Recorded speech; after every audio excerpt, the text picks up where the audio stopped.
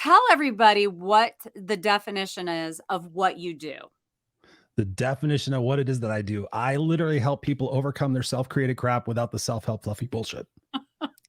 So look, Really guys, said. if you missed that, this is what he does. He helps people overcome their self-created crap without the self-help fluffy bullshit. Okay. So just in case you guys needed a visual for what he just said. So what does that mean? That means getting out of our own way. I mean, really, a lot of the problems that we face are the internal conversations that we have with ourselves.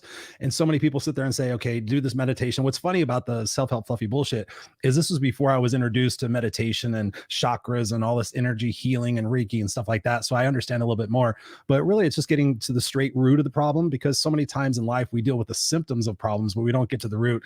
So my whole thing is about finding what the root cause of our situation is and how we can shift our perspectives and our expectations about that to ultimately be stronger and have more courage and more confidence to go out there and do the things that we haven't been doing. So when you say get to the root of the problem, I hear like there's doctors who are more natural, there's doctors who aren't, there's, and I hear a lot about like with physical ailments, not just putting a Band-Aid on it and giving you a pill, but finding out the root cause. And so that makes sense too for trauma or whatever. So in your experience, I mean, you have clients, you have people that you work with, and kind of take me through when you get clients and how do you figure out what they need? That's a great question. And thank you for that, Debbie.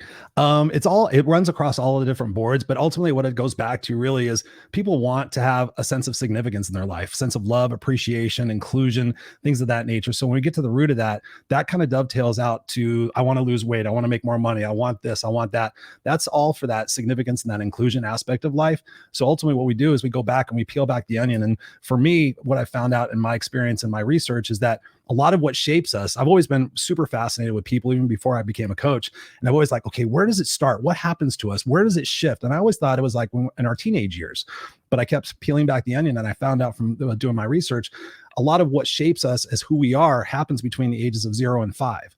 So when you think about your childhood, you think about all the different things that your parents told you, to be seen and not to heard, and to shut up, not complain, all those different, don't be selfish, all those different things shape our mindset, so that when we go out into the world, we have these perspectives like, okay, I'm supposed to be seen and not heard. Oh, I'm ugly. Oh, I'm not very talented. And so what we do is inadvertently, we start focusing on those things and we invite those things more into our life.